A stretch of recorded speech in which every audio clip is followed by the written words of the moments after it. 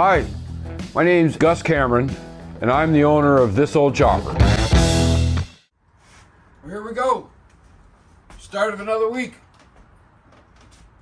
We had gas problems last week. Let's just see what's happening. I know that runs. I haven't started that in a while, and the Slim, we haven't started the Slim in ages, or the 98 Sportster. So let's just let's start off with something fun. We know this is gonna go. We rode it the other day, and it was fun.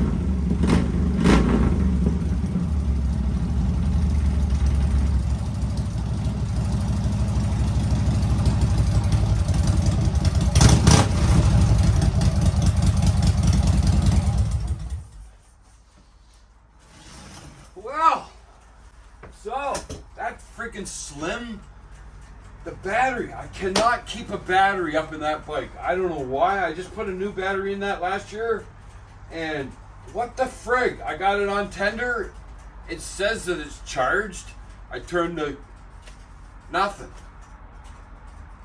So I gotta rip the seat off it, find out what's going on with that goddamn battery again. That Slim has caused me more trouble with batteries than any other bike I've ever owned. Anyways, I think the wife said she wants to ditch the fairing and ditch the bags and get it stripped down, so I might do that. If that's what she wants, get rid of the big fairing and run the 10-inch apes on the 5-inch risers and maybe a windshield. I don't know. I don't like windshield and apes, but anyways. It's not about what I want, so, or like. Anyways, everything runs, except that. Even the old 98 Sportster. Cool. Alright, so we'll see what happens later in the week. Thanks.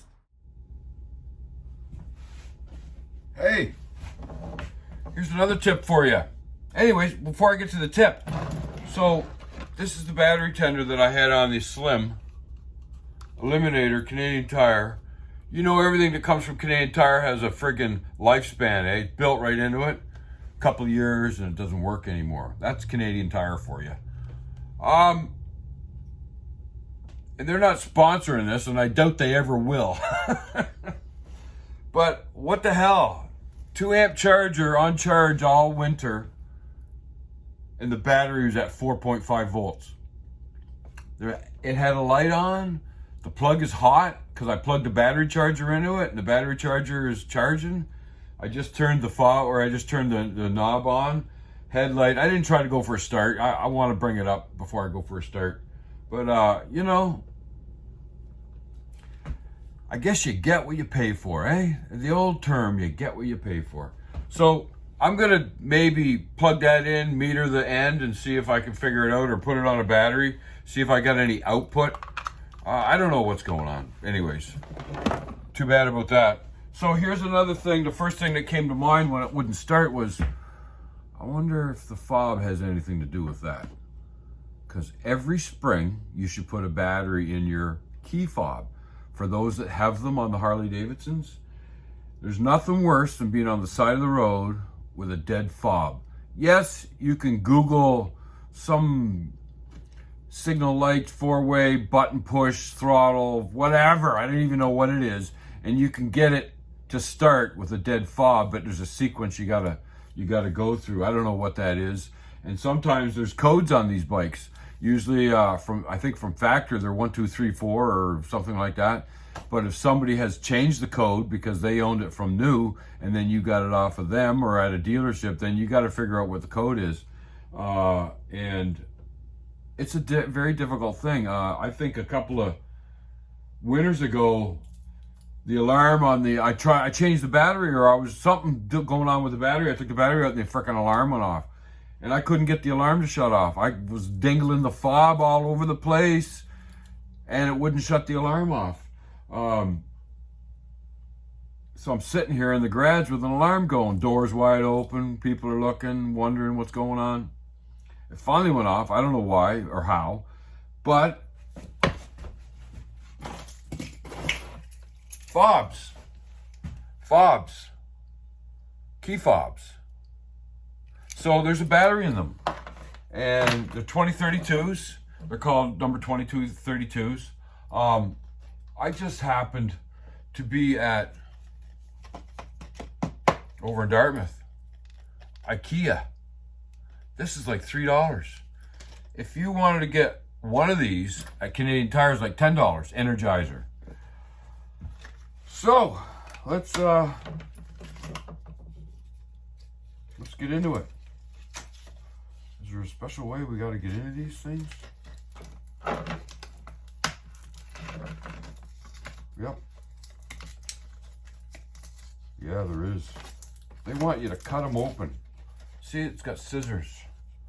So I need one of these. And I need one of these. I do got another fob. I'll be replacing that too. So might as well cut it off. All right. So we got I still don't know how you're supposed to get into these things. Thanks, IKEA. Child-proof friggin' battery things. So we get these two open.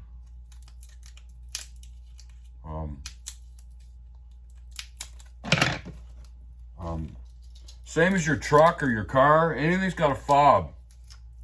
They have batteries. And my old truck that I just traded in 2020, I kept getting a key fob battery warning or whatever. I changed them and it wouldn't really, anyway. So here, this is the Street Glide. So there's a little, you can see a little indentation right there. Little, stick your screwdriver in, split it. It opens up.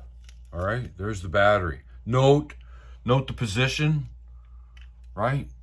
I think that's the negative side. This is the positive side, flat. Negative's got the grooves or whatever in it. Okay, so pretty easy. Dead. Right?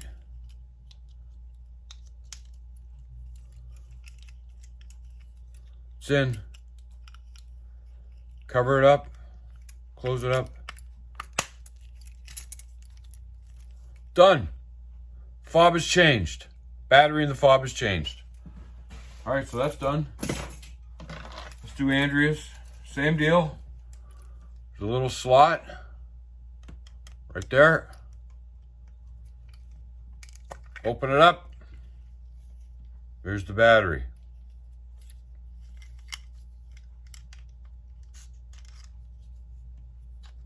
Battery.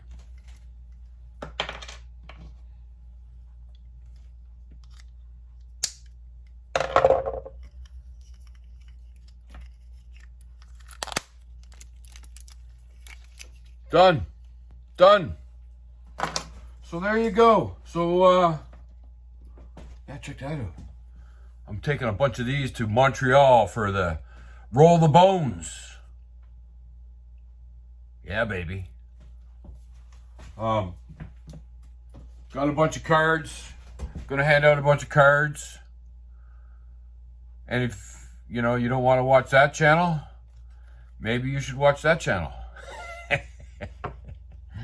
Anyways, so there you go. So those two fobs, I got a secondary fob. I gotta find it.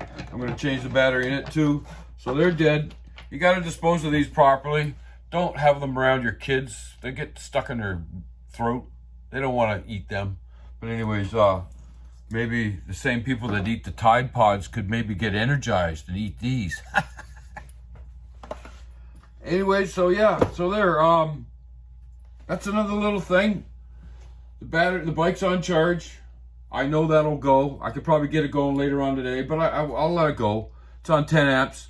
It's going to charge the battery. Like I said, it was 4.5, which is very low, and I don't know why. But anyways, I got a message from Ralph about those Catalyst tablets. They come in pairs, and you need to put both in your tank. So I need to go down and get another set for my Street Glide.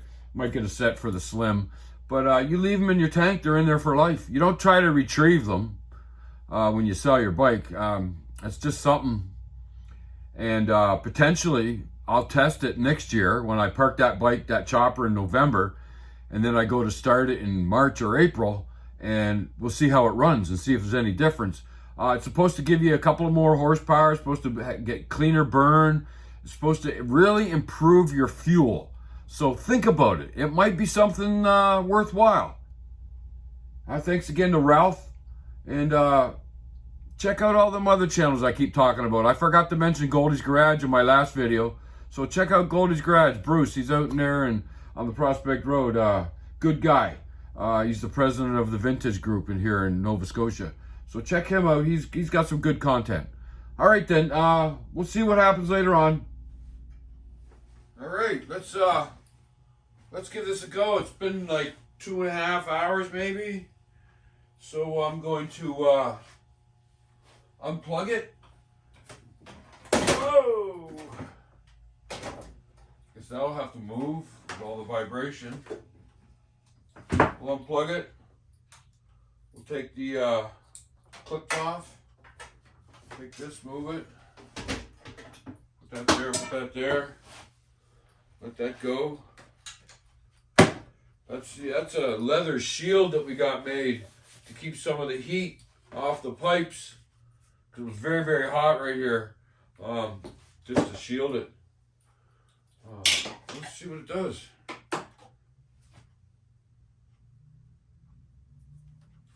Now it wants the emergency pin. It wants the fob. So having the fob in the cup holder doesn't do it. So we'll hang the fob right there. It's on. It's in neutral.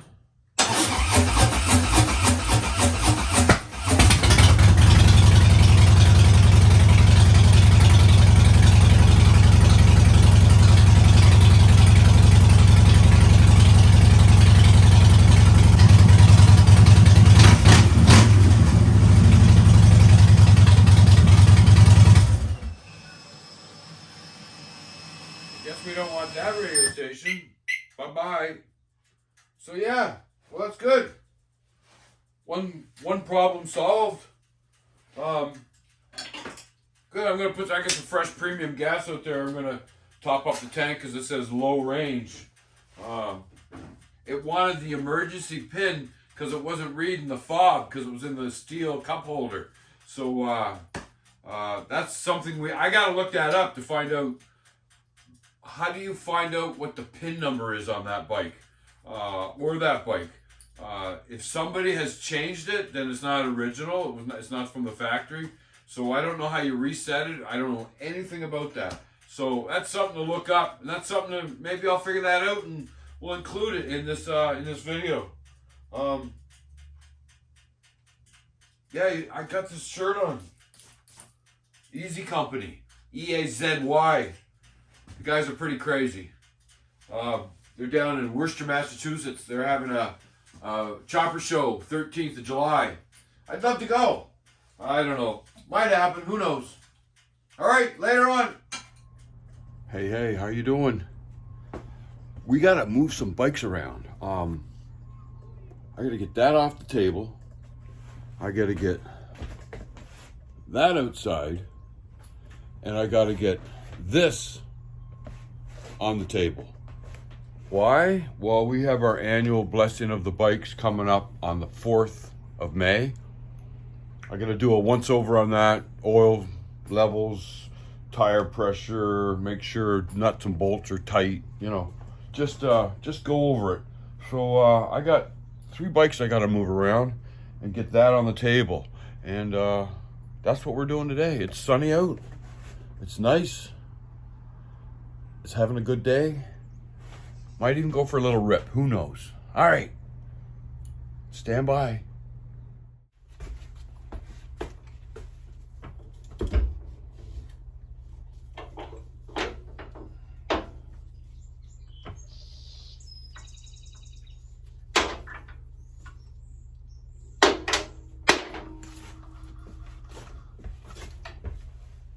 Never trust these damn wheel chocks. Don't trust them.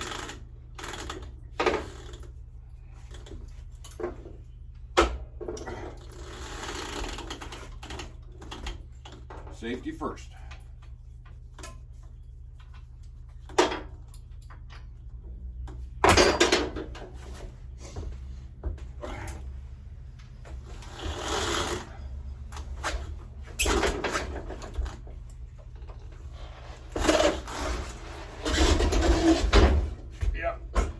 Damn it.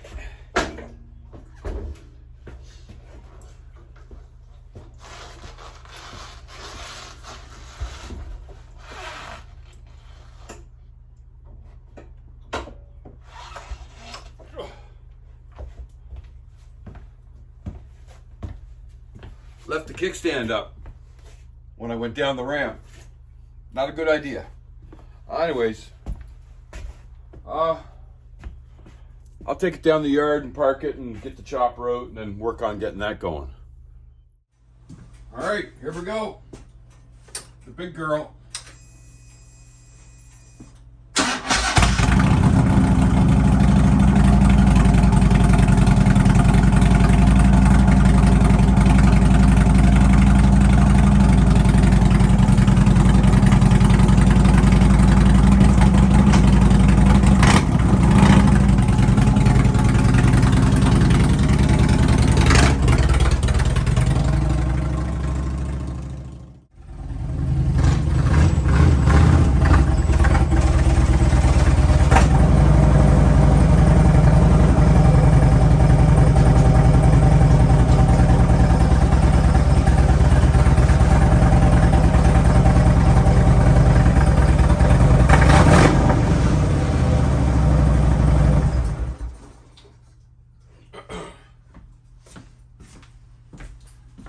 There we go.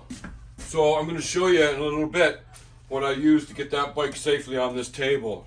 It's something that me and my cousin, or Andrea's cousin Joey, made, and it makes getting big bikes on a small lift like this a way lot easier. Okay, watch out. All right, so these things here, these steps, whatever they're called. Anyways, they help quite a bit because it's such a narrow lift.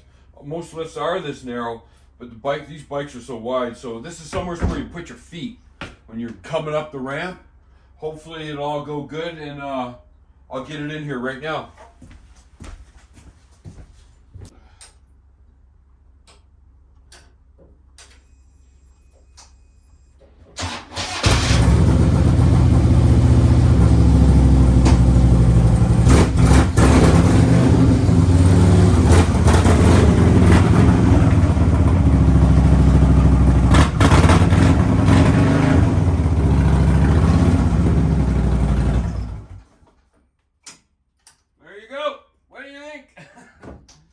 Now you got to get the straps on it because these don't stay here by themselves.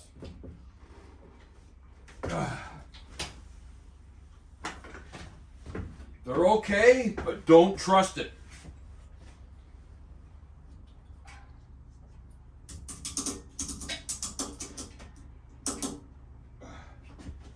There's one.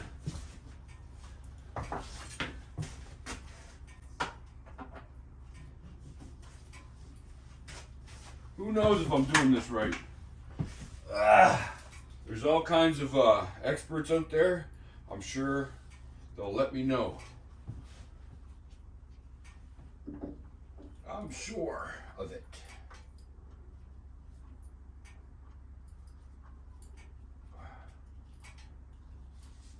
Right.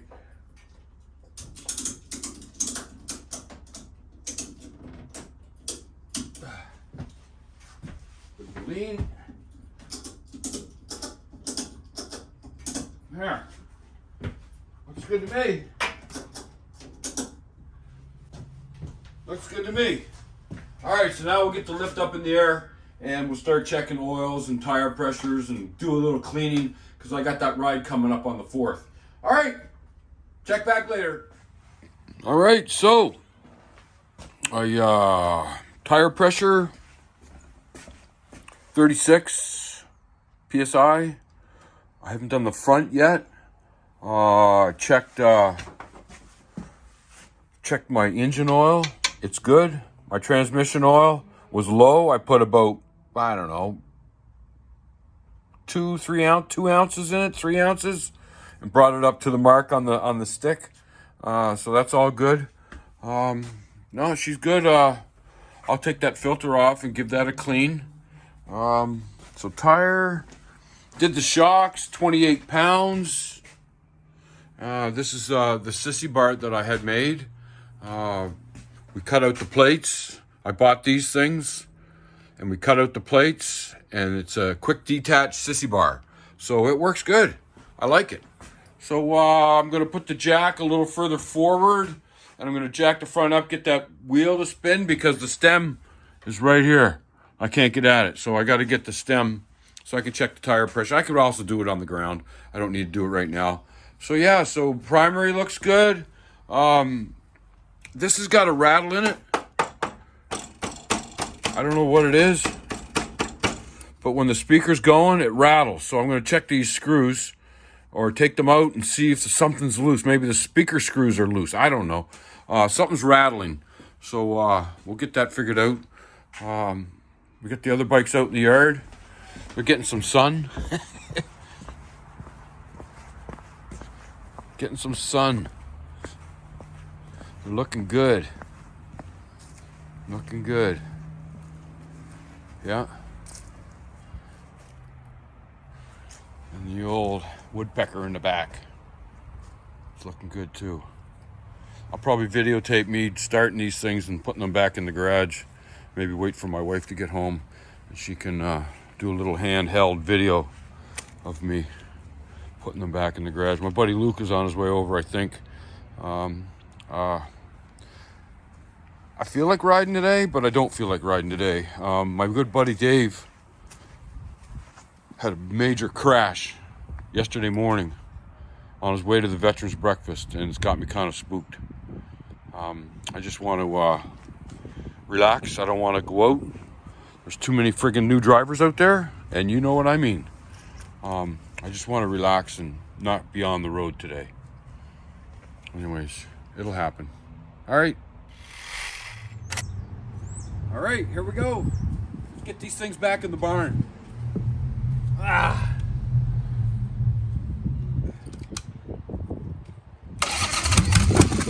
Ah.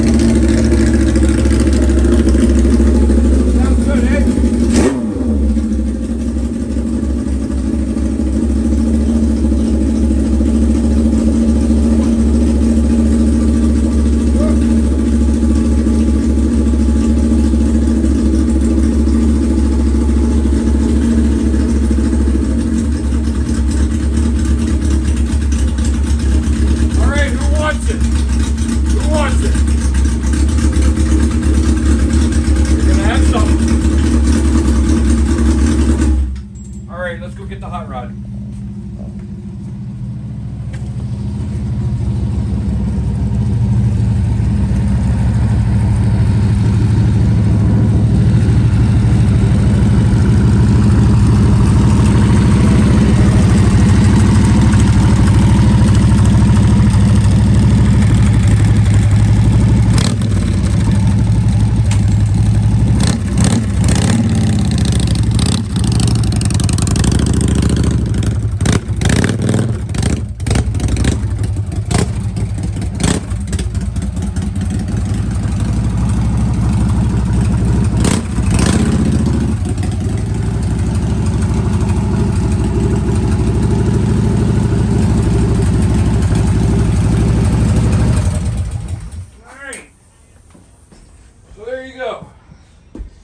That's it for this week. Hope you guys have a good time, whatever you're doing. Don't forget to like and subscribe. And we'll be back next week. And I'm going to guarantee you there's going to be some shovel head stuff next week. I know what's going on with the shovel head, and you're going to like it. All right. Thanks a lot.